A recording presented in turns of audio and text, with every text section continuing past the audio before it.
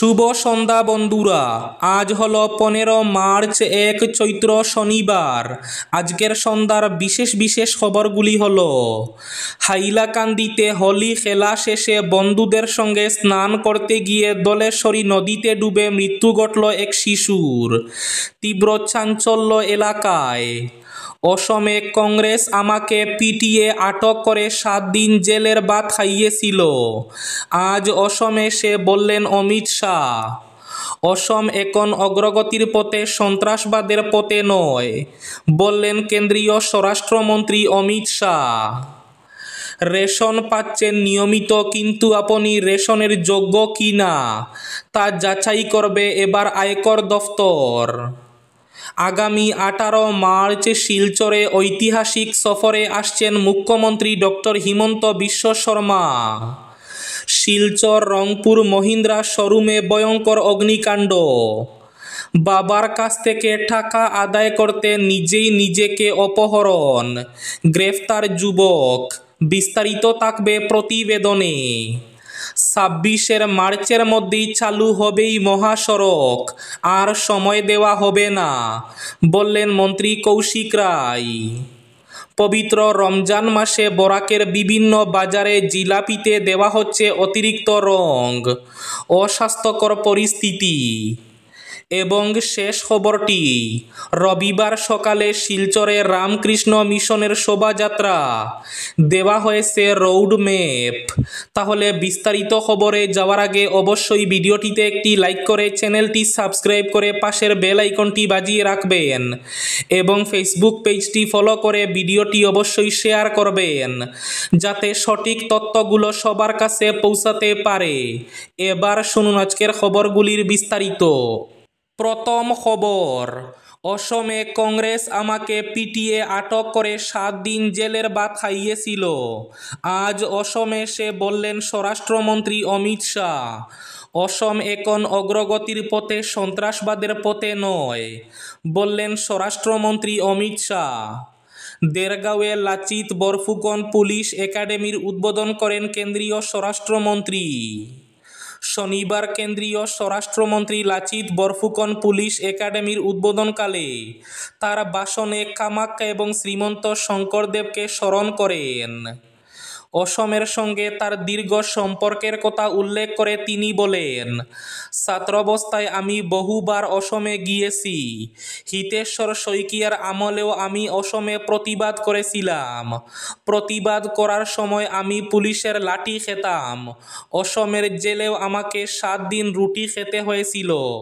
সেই সময় অসম পুলিশ বিদেশে প্রশিক্ষণ নিত। এখন বিদেশের পুলিশদের অসমে প্রশিক্ষণ দেওয়া হচ্ছে। সেমিকন্ডাক্টর অসমের ভাবমূর্তি বদলে দেবে বলে উল্লেখ করে অমিত শাহ বলেন, অসম এখন অগ্রগতির পথে, সন্ত্রাসবাদের পথে নয়। আগের কংগ্রেস সরকারের সমালোচনা করে তিনি বলেন, 10 বছরে 1 লক্ষ কোটি টাকা দেওয়া হয়েছিল। মোদী সরকার 10 বছরে অসমকে 4 লক্ষ কোটি টাকা দিয়েছে। কংগ্রেসের আমলে হিংসার সাম্প্রদায়িকতা ছিল। প্রধানমন্ত্রী নরেন্দ্র মোদীর নেতৃত্বে রাজ্যে উন্নয়ন হচ্ছে। মুখ্যমন্ত্রী হিমন্ত বিশ্ব শর্মার নেতৃত্বে অসমে 5 লক্ষ কোটি টাকা বিনিয়োগ করা হবে। অসমের যুব সমাজের ভবিষ্যৎ হবে সোনালী, বললেন কেন্দ্রীয় স্বরাষ্ট্রমন্ত্রী অমিত শাহ। হাইলাকান্দিতে এক মর্মান্তিক ও হৃদয় বিদারক ঘটনা। হোলি খেলা করে বন্ধুদের সঙ্গে স্নান করতে এসে দলেশ্বরী নদীতে ডুবে মৃত্যু ঘটল এক 10 বছরের শিশুর। তীব্র চাঞ্চল্য এলাকায়। ঘটনাটি ঘটেছে দক্ষিণ হাইলাকান্দির কারিসরা মাধবপুর এলাকায়। জানা গেছে, কারিসরা মাধবপুর এলাকার রাজীব নন্দীর 10 বছরের শিশু আয়ুষ নন্দী হোলি খেলা শেষে বন্ধুদের সাথে স্নান করতে আসে দলেশ্বরী নদীতে। এতে অসাবধানতাবশত দলেশ্বরী নদীতে ডুবে যায় আয়ুষ নন্দী। ঘটনার পরপরই স্থানীয়রা খবর দেন এসডিআরএফকে। এসডিআরএফের তল্লাশির পর আজ শনিবার 11:30 নাগাদ নদী থেকে তার দেহ উদ্ধার হয়। হঠাৎ করে এরকম 10 বছরের এক ফুটফুটে শিশুর মৃত্যুর ঘটনায় তীব্র শোকের ছায়া নেমে এসেছে এলাকায়। রেশনের যোগ্য কারা যাচাই করবে আয়কর দফতর। নিয়মিত রেশন তুলছেন, বিনামূল্যে পাচ্ছেন চাল গম, কিন্তু আপনি এই সুবিধা পাওয়ার যোগ্য তো? আপনার কাছে যে রেশন কার্ড আছে সেই কার্ডে আদৌ কি রেশন পাওয়ার কথা? এই সব এবার যাচাই করবে আয়কর দফতর। তার জন্য ইতিমধ্যে পরিকাঠামো গড়ে তোলার কাজ শুরু হয়েছে।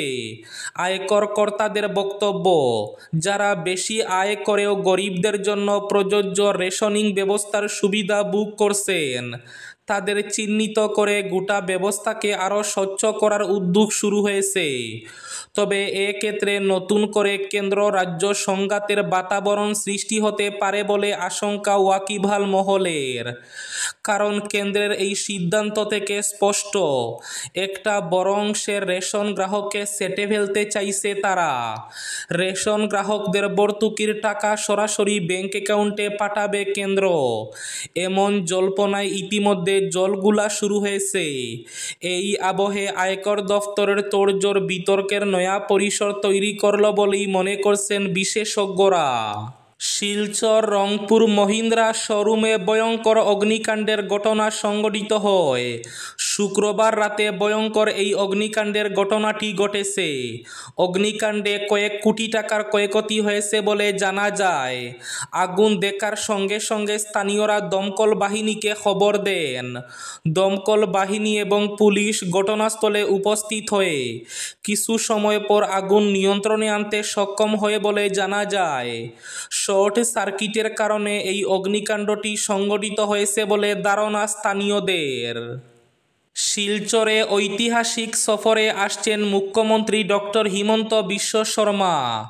মুখ্যমন্ত্রী ডক্টর হিমন্ত বিশ্ব শর্মার আসন্ন শিলচর সফর ঘিরে জোরদার প্রস্তুতি চলছে। আগামী 18 মার্চ মঙ্গলবার তিনি একাধিক গুরুত্বপূর্ণ কর্মসূচিতে অংশ নিতে শিলচরে আসবেন। বরাক উপত্যকার সার্বিক উন্নয়ন এবং প্রশাসনিক কর্মকাণ্ডের গতি বৃদ্ধি করতে তার এই সফর অত্যন্ত তাৎপর্যপূর্ণ। ঐতিহ্য, শিক্ষা, স্বাস্থ্য, পরিকাঠামো সহ বিভিন্ন ক্ষেত্রে উন্নয়নের এক নতুন দিগন্ত উন্মোচিত হতে চলেছে এই ঐতিহাসিক সফরের মাধ্যমে। বাবার কাছ থেকে টাকা আদায় করতে নিজেই নিজেকে অপহরণ। বাবার কাছ থেকে টাকা আদায় করতে চেয়েছিলেন যুবক, সেজন্য নিজেই নিজের অপহরণের নিখুঁত ছক কষে ফেলেছিলেন। কিন্তু পুলিশের চোখকে ফাঁকি দেওয়া গেল না, ধরা পড়ে গেলেন যুবক। চলতি মাসের শুরুতে উত্তরপ্রদেশের ভদোহি জেলায় ঘটনাটি ঘটেছে। সংবাদ সংস্থা পিটিআই জানিয়েছে, ওই যুবককে জামিনে মুক্ত করার খরচও বহন করতে হয়েছে তার বাবাকেই। পুলিশ সূত্রে জানা গিয়েছে, ধৃত যুবকের নাম প্রদীপ চৌহান। বাবার কাছ থেকে টাকা আদায় করতে সম্প্রতি নিজের অপহরণের ছক কষেছিলেন 28 বছর বয়সী ওই যুবক। সেই মতো গত 7 মার্চ প্রদীপ তার বাবাকে মেসেজ করে জানান তাকে অপহরণ করা হয়েছে। তারপরেই নিজের ফোনটি বন্ধ করে দেন তিনি। খবর পেয়ে স্থানীয় থানায় ছেলের অপহরণের অভিযোগ দায়ের করতে ছুটেন প্রদীপের বাবা রামশঙ্কর চৌহান। তদন্তে নেমে মোবাইল টাওয়ারের সূত্র ধরে পুনেতে প্রদীপের খোঁজ পায় পুলিশ। রমজান মাসে বরাকের বিভিন্ন জিলাপির দোকানে অতিরিক্ত ব্যবহার করা হচ্ছে রং। বন বন করছে মাছি। ইসলাম ধর্মাবলম্বীদের অন্যতম মাস রমজান মাস চলছে। এই মাসে বিভিন্ন ফলমূলের সঙ্গে বিভিন্ন স্বাদের মিষ্টান্নর রমরমা ব্যবসা হয়ে থাকে। বিশেষ করে খাদ্য রসিক বাঙালিদের প্রিয় জিলাপি। কিন্তু একাংশ ব্যবসায়ী অসাধু মনোভাব নিয়ে সাধারণ খদ্দের টানতে অস্বাস্থ্যকরভাবে রং ব্যবহার করে আসছেন। এই রঙের ব্যবহার প্রতিটি এলাকায় দেখা যায়। ইফতার করেই এরকম রঙওয়ালা জিলাপি খেয়ে অনেকের স্বাস্থ্যের অবনতি হচ্ছে।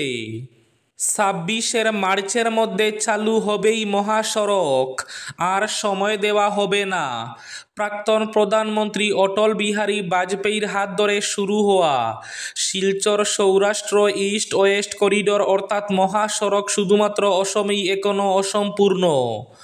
2020 সালে কেন্দ্রীয় মন্ত্রী নীতিন গডকরি ভিতরে এসে প্রতিশ্রুতি দিলেও কাজটি বিভিন্ন প্রাকৃতিক দুর্যোগ সহ অন্যান্য অসুবিধার জন্য এই সড়কের কাজ এখনো সম্পূর্ণ হয়নি। তবে মন্ত্রী কৌশিক রায় এবার প্রতিশ্রুতি দেন, আগামী বছর 31 মার্চের আগে এই সড়ক নির্মাণের কাজ শেষ হবেই এবং মানুষ শিলচর থেকে গৌহাটি খুব সহজে যেতে পারবেন। এবার শেষ খবরটি। রবিবার সকালে শিলচরে রামকৃষ্ণ মিশনের শোভাযাত্রা, দেওয়া হয়েছে road map. Silchar Ramakrishna Mission সেবাশ্রমের নতুন মন্দিরের দ্বারোদ্ঘাটন হতে চলেছে আগামী 18 মার্চ। শোভাযাত্রা টাউন ক্লাব মাঠ থেকে ট্রাঙ্ক রোড ধরে সোজা যাবে সদরঘাট পর্যন্ত। সেখানে রোটারি ঘুরে জনস্রোত শিলচর পোস্ট অফিস ও ডিসি অফিসের সামনে দিয়ে এসে পড়বে সেন্ট্রাল রোডে। সেন্ট্রাল রোড থেকে বাওয়াল পয়েন্ট, নাজিরপট্টি, প্রেমতলা হয়ে অম্বিকাপট্টি পয়েন্ট পর্যন্ত যাবে। অম্বিকাপট্টি পয়েন্ট থেকে শোভাযাত্রাটি কলেজ রোড ধরে এগোতে থাকবে। এরপর বিবেকানন্দ রোড ও আসাম রাইফেলসের ক্যাম্প হয়ে নেপালি মন্দির সংলগ্ন স্থানে গিয়ে মোড় ঘুরে মিশন চত্বরে গিয়ে শেষ হবে। এই ছিল আজকের সন্ধ্যার বিশেষ খবরগুলি। ভিডিওটি অবশ্যই লাইক করে শেয়ার করে দেবেন।